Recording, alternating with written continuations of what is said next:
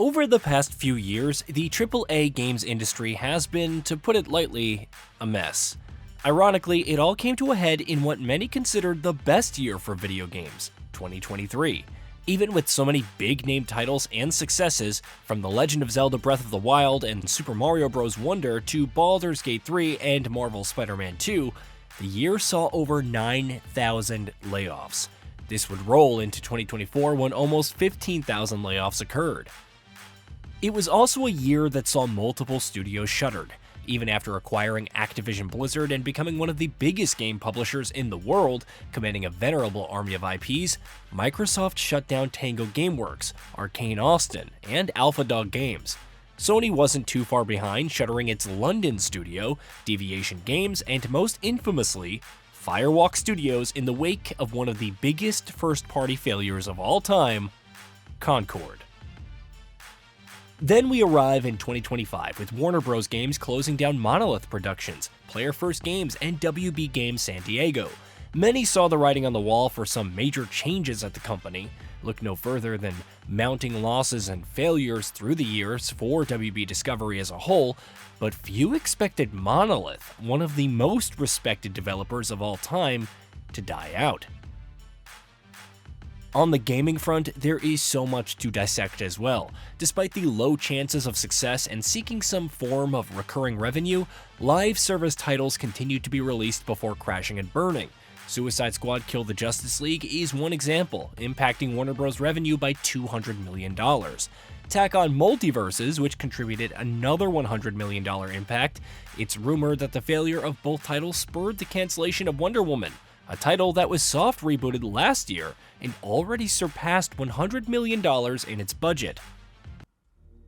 Live service is a gamble, and for every Helldivers 2 that becomes a success, there are others cancelled before they can even make it out the door. Sony can attest to this, from pushing an initiative to having a dozen live service titles before April 2026, to cancelling projects from Bend Studios and Bluepoint Games, The Last of Us Online, London Studios' fantasy action RPG, and the rumored Twisted Metal reboot. Then you have the likes of Ubisoft, whose trend-chasing and numerous failures eventually caught up to it, resulting in the cancellation of several unannounced projects, the end of service for games like XDefiant, layoffs, and the closure of studios like San Francisco. The company is also seemingly cursed on the single-player front. High-profile games like Avatar Frontiers of Pandora and Star Wars Outlaws underperformed, critically and commercially. Even a well-reviewed game like Prince of Persia: The Lost Crown struggled with sales to the extent that a sequel pitch was reportedly denied, and the team broke up for other projects. Perhaps the most surprising thing is that Skull and Bones, the company's first quadruple A title, perseveres. Let's not forget about Electronic Arts. EA Sports FC 25 underperformed to a significant degree, and Dragon Age: The Veilguard fell massively short of expectations.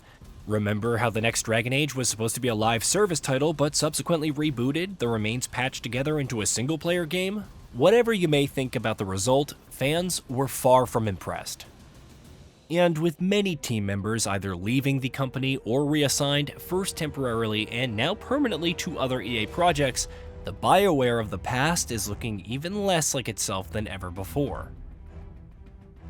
Mismanagement has often been reported as a major reason for development troubles and gross overspending on video game budgets.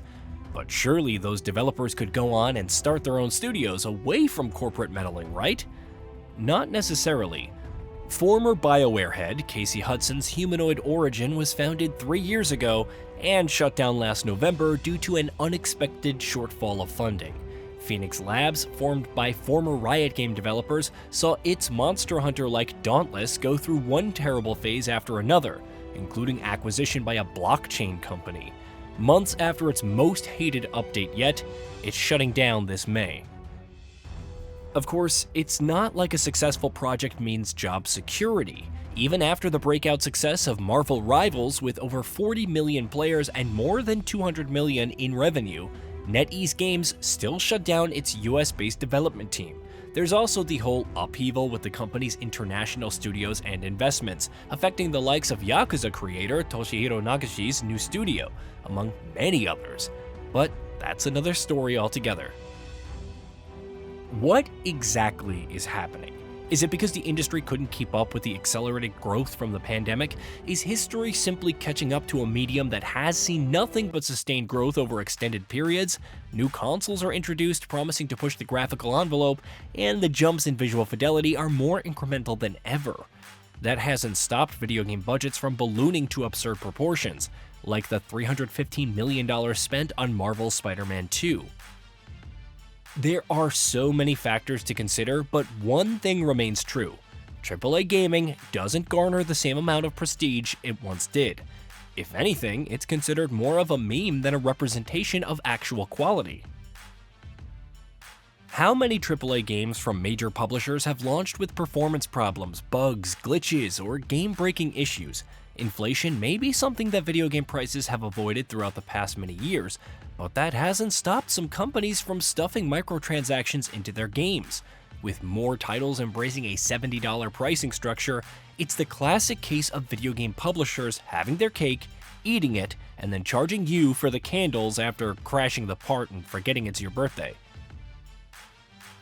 There are still potential bright spots, as seen with developers like Larian Studios, which are pushing forward with even more ambitious projects while commanding an immense amount of goodwill.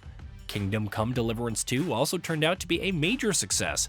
Joseph Fares continues to unabashedly bash the industry's practices while basking in the continued success of It Takes Two and the hype for Split Fiction. Avowed may not be a multi-million-dollar seller, yet it's still a success, which is more than it can ask for after 6 years of development and 2 reboots.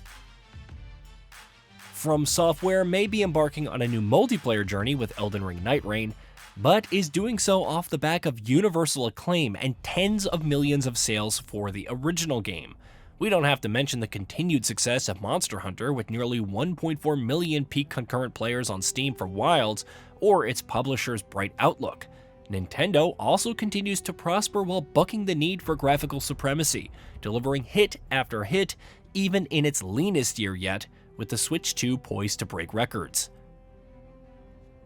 There's still no denying that AAA games development is in dire need of change. Whether it's a gradual process that needs to come from the top or forced by the current state of the world, it simply can't thrive off gambling and trend chasing, much less destroying studios to cover up losses. Hey, did you know that we at GamingBolt upload new videos every day? Stick around, drop a like, subscribe, and hit that bell. And let us know what kind of content you'd like to see in the future with a comment below.